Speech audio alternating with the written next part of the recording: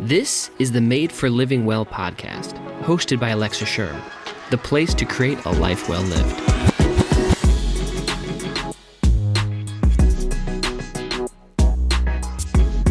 Welcome back to the podcast. As always, my name's Alexa, and we are in the middle of a podcast series called Health School. I am having so much fun with this podcast series and really educating you on a new perspective of how the body functions and how it's for you. That your body is not a project to be fixed, but it's actually working on your behalf every second of every day. Thus, why I titled this podcast Made for Living Well. Because at the end of the day, you truly were created in health for health, and your body is always working to achieve it. Now, it might not feel like it, and today we're going to talk about that, especially as it relates to weight loss. And today on the podcast, we're going to be talking about weight. Now, I've rounded up some of my most common questions that I get regarding weight, and I really want to lay out this picture about what body fat is, how do we lose it, should we lose it, and also end the podcast with the understanding that you were made to do hard things. So we're going to kind of bring this all together because it fits so well together into one podcast. Now, with that being said, I did just record an entire workshop specifically about losing weight, unburdening the body, and how you heal. It's all the same mechanism. So if you like today's episode and you want to dive in deeper, head on over to the weekly fill and check out that workshop. It only costs you $7. That's what it costs a month to join the weekly fill. 100% worth it, especially as we dive into the Nourish 30 challenge. So head on over to thelivingwell.com and get signed up for the weekly fill to get that challenge. It will also be linked in today's show notes. So today we're going to talk about body fat. And this is a really big topic in the health space. It's also been highly villainized, just like food. We look at body fat as a problem. And yes, in some cases it is, but anything can arguably be a problem when it's out of balance. But body fat is actually serving a purpose. And as I mentioned, I rounded up a bunch of questions about body fat, about weight loss. What does that look like? How do we actually do it? And is it healthy for us to lose weight? And I really want to talk about all of them today and just helping you to understand body fat. Because when you understand it and you understand why your body chose to store it, then we can start to understand what it's going to take to allow our body to free it. But again, it comes back to understanding that your body does nothing without purpose. There is a reason that your body decided to store excess body fat, because your body's job is to keep you alive. Yes, it wants to be well. It wants to help you thrive. It is always working on your behalf to make your health the best that it has available. Meaning it is working with the conditions that you provide in order to do the best job that it can. And sometimes, unfortunately, we don't have adequate conditions for our body to do all the necessary functions, which ends up leading to symptoms, disease, and sometimes even excess body fat. But as I mentioned, your body does nothing without reason. So if you are storing or hoarding or conserving extra body fat, if you have extra pounds on you that you want to lose, or maybe you've tried to lose and you can't lose, the reason is that your body is storing it for a reason. It's doing that with a purpose. And until you can understand the purpose, it's going to be hard to undo that, because your body will work against you if that's what it deems necessary. And I'll be honest, one of the worst places we can get ourselves is where we are fighting against our body, because our body will always win. So we have to start to work with our body and understand it. Now, there are some big reasons why your body stores extra body fat. Now, remember, extra body fat is protective. It is actually a survival mechanism of your body. It's not the villain, but it's actually serving a purpose, and that is for protection. Now, there are many reasons why we actually store body fat. And of course, some body fat is actually really healthy. In fact, having low body fat is just as damaging as having too much, and it can lead to symptoms like anger, irritation, a loss of libido and menstrual cycles and the ability to reproduce. It can lead to poor digestion, brain fog, injury. But it can also lead to a lack of creativity. You see life in only black and white, and you can become very indecisive. In a lot of ways, a lack of body fat is its own threat to your system. And this is especially true for female bodies, more so than even male bodies. And that's why female physiology tends to want to hold on to more body fat than male bodies. Now, just in a normal, healthy scope, women generally should have a significant amount more body fat on their body than men. Men can really thrive at a relatively low body fat, where a woman's body fat needs to be quite a bit higher. That doesn't mean that men can't also store extra body fat in an unhealthy way. It's true for both of us. But the process of how much body fat that we need in order to thrive is going to be different. And that really has to do with reproductive cycles, and the process of fertility is extensively energy draining. And that's why we need those energy stores in order to offer the protection that you are capable of carrying and growing and maintaining a pregnancy all the way from conception to birth. Again, it's a protective mechanism.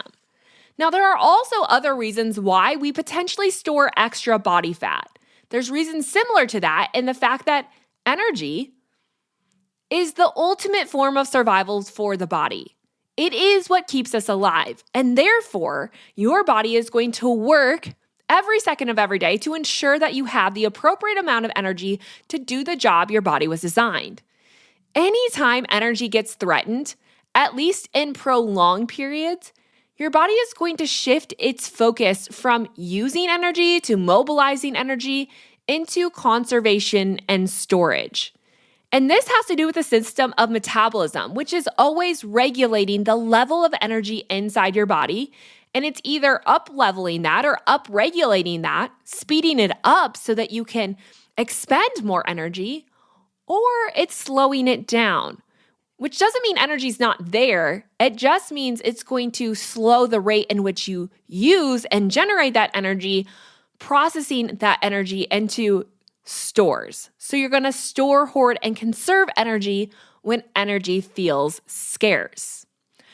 Really, anytime there's a physical lack of energy, this is the point in which your body's going to shift gears from using energy to conserving energy. Now, this is a little deceiving, like all aspects of the body, that it doesn't happen instantaneously.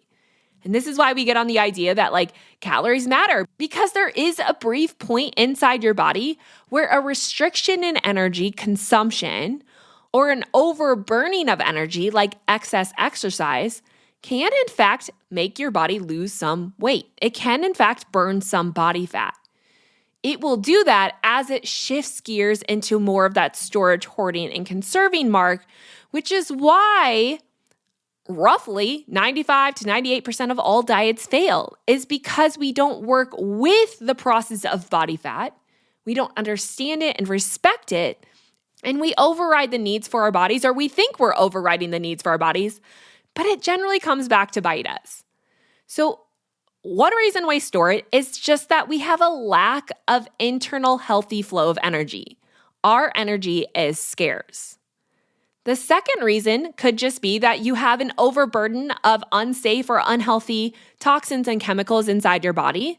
These could be toxic byproducts that are produced from cells of your body just trying to process excess unhealthy emotions, or it could be from food products, cleaning products, chemicals, anything like that that your body can't process through is going to get stored in body fat.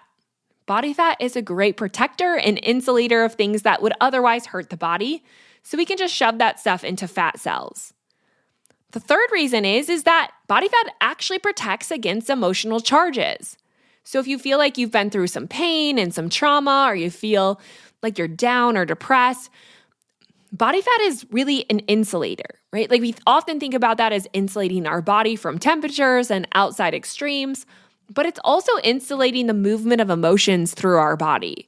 So if you're living in these really negative emotion states, body fat can come in as a protector to help negate the reaction of those, to help lessen the pain, which is often why you want to eat fattier foods or you crave unhealthy foods when you are emotionally eating.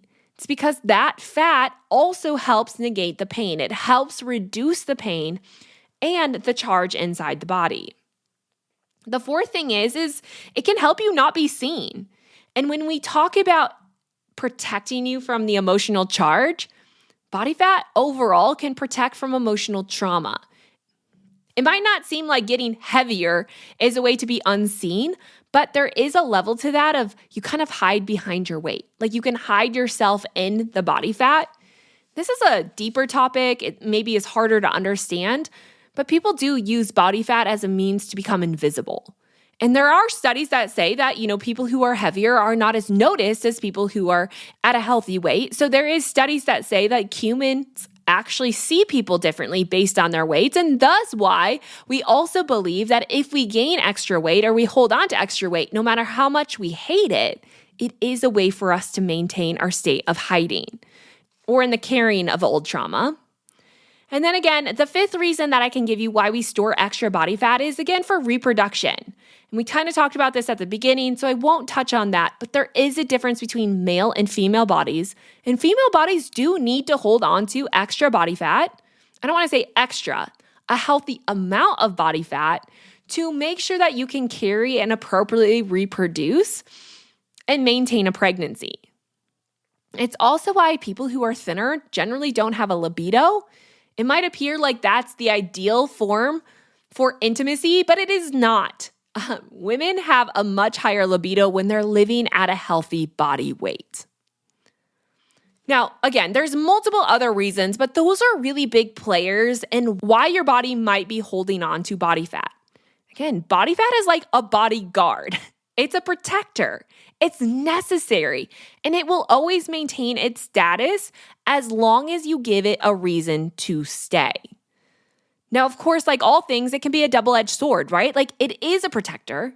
It is helping you, and we have to respect that. But if there's too much of it, it could also be hurting you. And that's why I don't want to get on the bandwagon that's like, just be happy at any size. Like, yes, you can love yourself at any size, but there is an appropriate size that our body wants to achieve. I'm not saying that's super thin, but what I am saying is we're not at our healthiest when we have excess weight. There is a balance. What that number is, I can't say for any one of you. It's probably for most of us a little bit higher than we initially think it is, but it's also within balance. It's within range. And it really comes back to, how do you feel? Do you feel vibrant? Do you feel alive? Do you feel like you have energy? Can you get out and move? There's a lot of indicators of a healthy weight that are less about a number on the scale and more about how you feel. I'm going to be leaving those over in the blog so you can check that out. But it is a double-edged sword. So it is like we do need to work to maintain a healthy weight. And I say work in the essence of providing what your body needs to thrive. But we also don't need to get so fixated on weight that we actually create more problems. And that's often what the health space is doing and why we tend to fail at quote-unquote weight loss. It's because we're working against why our body's storing body weight to begin with. And the two main reasons why your body stores body fat is a lack of energy and a lack of safety. These are the greatest threats to our biology and what your biology is ultimately working to maintain: energy and protection or safety. It's what your body needs in order to thrive. And anytime the conditions of energy or safety diminish or become scarce or restricted, your entire biology is going to shift accordingly to work to store, hoard, and conserve both of those, to work to self-protect or to work to conserve energy so that your body can be ensured that it has enough for your survival. While fit for your survival, this is not the intended design, and it's often not a healthy or happy place to live, which is why people want to lose weight. I understand. Yes, it's okay to want to lose weight. But just because you lose weight does not mean it's healthy. And that's what I want you to know. There is a right and a wrong way to lose weight. And the wrong way is when we do it from a place of restriction and scarcity and really this reductionism form of health. It is the opposite of what your body requires. And yet it's what so many health diets recommend from you, right? Like take away these foods, stop eating this, restrict the amount of calories, eliminate macronutrients. It's a very reductionism form of health. And reductionism is always going to lead to scarcity and a lack. And that is the opposite of what it takes to thrive. It just ignites a safety response, and it reminds your body that energy is scarce. Again, if we go back to the calorie episode that I did, which I'll link in the show notes, it's really easy to understand why we thought micromanaging calories was really the end-all be-all to our weight problems. Of course, 20, 30 years later, we can recognize that that did nothing for us. If it were as easy as a calculation, we would be a thin, healthy nation, right? But we're not, because it's not just an equation. It's not a reductionism. That might work for a period of time. What it neglects is health is not about adding or taking away energy. It's really about the internal generation and flow of energy. And those are two very different processes. It's the difference between thinking you can fix your body versus understanding it's not about fixing as much as it is about filling. And this is what I want to be clear. Health cannot be a reductionism view. It has to come from expansion. How can you expand energy and expand safety? Because when you do, your body has no reason to hold on to extra body fat. So if you really want to lose weight, we must get back to the place of learning how to fill our body with energy outside of the food that you eat, but really recognizing it's all of life. It's how you can add to your life to create and generate health rather than try to just lose weight for the sake of your health. This is like so close that they almost feel the same. Because it's not to say that you shouldn't worry about your diet and you shouldn't exercise, and it's not the opposite. It's really just the motivation and the drive and the action that you take inside of it. It's the difference between reduction and expansion, but that both still includes what you eat, and we need to move, and we need healthy relationships. There's so many levels of this. It can look the same, but it's drastically different. And the big thing is understanding that it's not so much what you do, it's how your body responds to what you do. And how your body responds to what you do is going to be determined based on the level of safety and energy it provides. It's really a perspective, right? Safety is mostly a perspective. It's why are you doing it? What are you doing it for? And what are you looking for in the process? And if we just come from a place of hate and I want to lose weight and I don't like it and disrespect to our body, it will never work in our benefit. So we need to move away from conservation and protection and into the expansion of energy and safety, which really comes from, again, how can you add to your life? What does your body need? How can you engage in activities that expand these things? And when I understand this and when we look at this, we have to also understand that energy is made to move. Your body is made to do hard things. It loves a push. And it really does thrive there. But it's not just about consistently pushing your body. There has to be a pullback and a nurturing on the backside. And that's how we generate energy. Energy is generated through motion, through movement, through doing things. But that can only be done to the level that you also provide the nutrients and the foundations in order to continuously generate energy. So we need to move, we need to go, we need to do, but we also need to fill our body with the necessary nutrients in order to have the foundations to continuously generate energy. And that comes from nothing more than basic lifestyle practices. Deep sleeping, nourishing your body through nutrients. We eat not based on calories or energy, but for nutrients. So we need to eat foods that have the nutrients for our body to generate energy. We need to move our bodies because that also helps generate energy and it builds better structure that also then increase the amount of energy that we can produce. We need to have positive relationships because relationships, your mindset, these things matter more to your energy and safety than about anything else.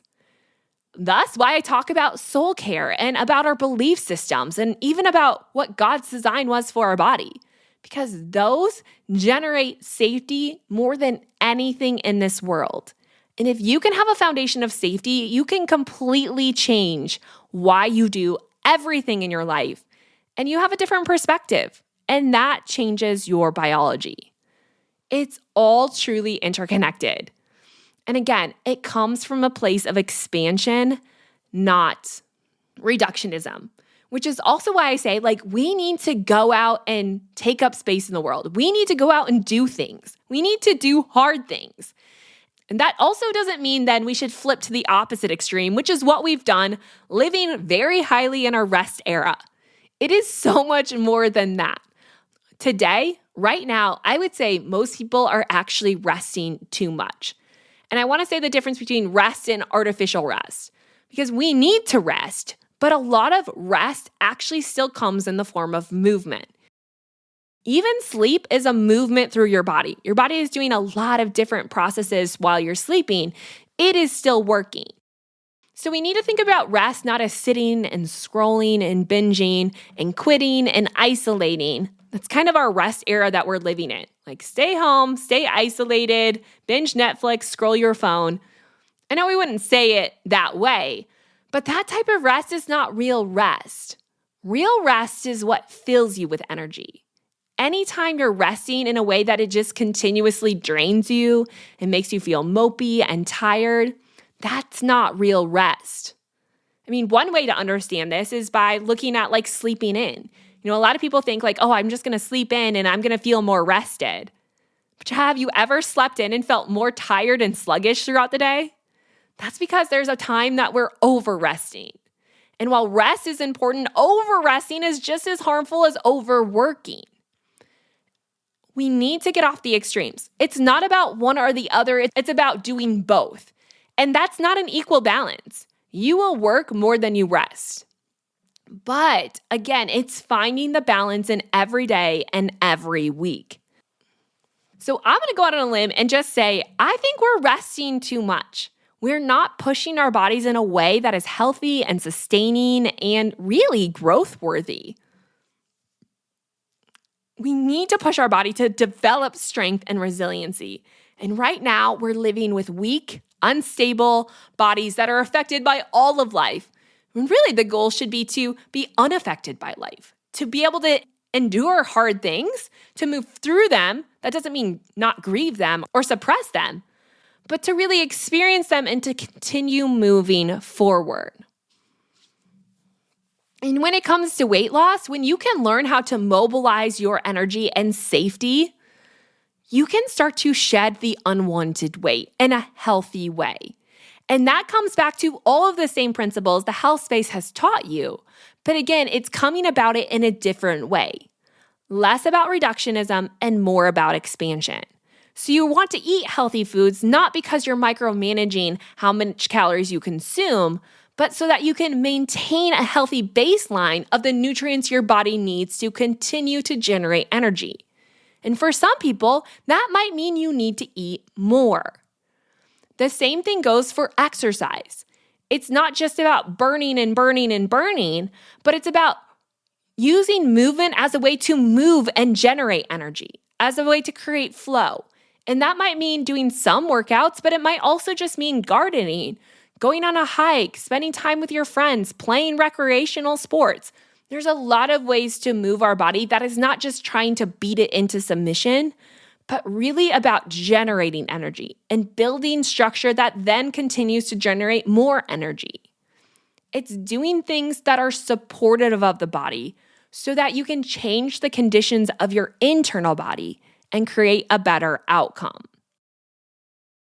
And what's interesting about all of this, when we actually talk about how fat is lost in the body or where does it actually go, a lot of people talk about fat melting and all these things, but fat actually turns into carbon dioxide, which you exhale, and water. It's expelled through a process called oxidation, which is the conversion of body fat into carbon dioxide, a gas, and water, both are which excreted through the body, both of which require movement and flow. And I think this is interesting because when we talk about losing body fat actually through your breath, when we're stressed and unsafe, we have a really shallow breathing pattern. where we're actually not expelling as much carbon dioxide. In some cases, you're actually holding on to more carbon dioxide. You're kind of creating this hyperventilating phase, which is necessary in some forms of quick, immediate survival. But long term, it's actually just creating excess unhealthy byproducts that your body then has to process through. But when you're relaxed, you're more likely to take the deep breaths, the breaths that expel more carbon dioxide that help you to release it. So in some ways, we have to get out of this stress state in order to mobilize and expel body fat. Now, that doesn't mean we shouldn't work out. And I want to be clear, stress and excessive stress are two very different things. We want to stress our body by pushing our body and engaging in hard things because that's going to help our body. But the difference is when we do that for prolonged and consistent periods without refeeding and renourishing ourselves on the backside. That means you want to go out and work and play and do hard things, but you also want to pull back and nourish, eat good food and sleep well and engage in healthy relationships. Like if we think about kids, they do this so well, right? Like they wake up, they're super energized, they move and they're active and they're laughing. Kids laugh 100 times more in a day than an adult does. Mind-boggling. They play, they're creative, they move, they eat when they're hungry, and they eat just enough to fulfill those needs. And then they sleep, and they sleep well. They are living this balanced life of both the push and the pull. Adults, we tend to be living in unhealthy patterns where we're physically exhausting our minds, but not our bodies, where we're sitting in stress. When stress isn't meant to sit, it's meant to move. And we're trying to override that by restrictive-based lifestyle practices. We're living in basic lifestyle deficiencies because that's what we've been taught is the way to get healthy. And what I'm telling you, it's the opposite. We have to expand, to do hard things, but to also refeed and to nourish and to add to our life the foundations that your body needs to thrive. So body fat can be lost, but it has to come from energy and safety. And I know this podcast is getting long, and I promise to keep them short, so I'm going to wrap this up and tell you, you were made to do hard things. And doing hard things has to come with a level of expansion, with how can you add to your life. And in the process of adding to your life, you're going to nutrify your life and create better foundations, which create healthier conditions and healthier outcomes. So I want to give you a little summer challenge to help push you out of this rest era and actually start to engage with life. It's called the Nourish 30 Challenge, and it's really about expansion. It's about adding to your life while also focusing on the necessary principles of a healthy body: nutrients, movement, rest, social life, and mindset. You can learn all about that at thelivingwell.com and take the challenge. It is absolutely free. Now, if you want to learn more about this and dive in deeper, like I said, I'm going to link up some classes and workshops that I have specific about understanding your metabolism and also how to lose weight, unburden your nervous system, and heal. You can find all of that at thelivingwell.com/333. Again, that's thelivingwell.com/333 to learn more about healthy weight loss and also to dive in deeper with your metabolism and what it really means to create this expansion view of health. It is very different, but if you heard anything in this podcast, if you want to lose weight, if you need to lose weight, you need to focus on expanding energy and creating safety, both of which are generated more out of living life than anything else. You've got to get out and live. Okay, that's it for this podcast. I'm going to wrap it up. I'm going to talk more about rest in the next podcast because I think this is a really interesting topic. We need to rest, but now we're over glorifying rest to the process that we diminish the need for work. It's a balance. So make sure you come back for the next podcast. But in the meantime, head on over to The Living Well to learn more. Don't forget to share this with your friends and family. It literally means the world to me and helps me out so much. Take a screenshot, send it their way, and let them know why you are loving this podcast. I also hope this helps change your view of weight loss, of health, And as we dive into more topics related to what you should eat coming up very soon on the podcast, I just want to create this foundation. It has to come from a place of expansion. Okay, that is it, and I'll see you back here in the next podcast.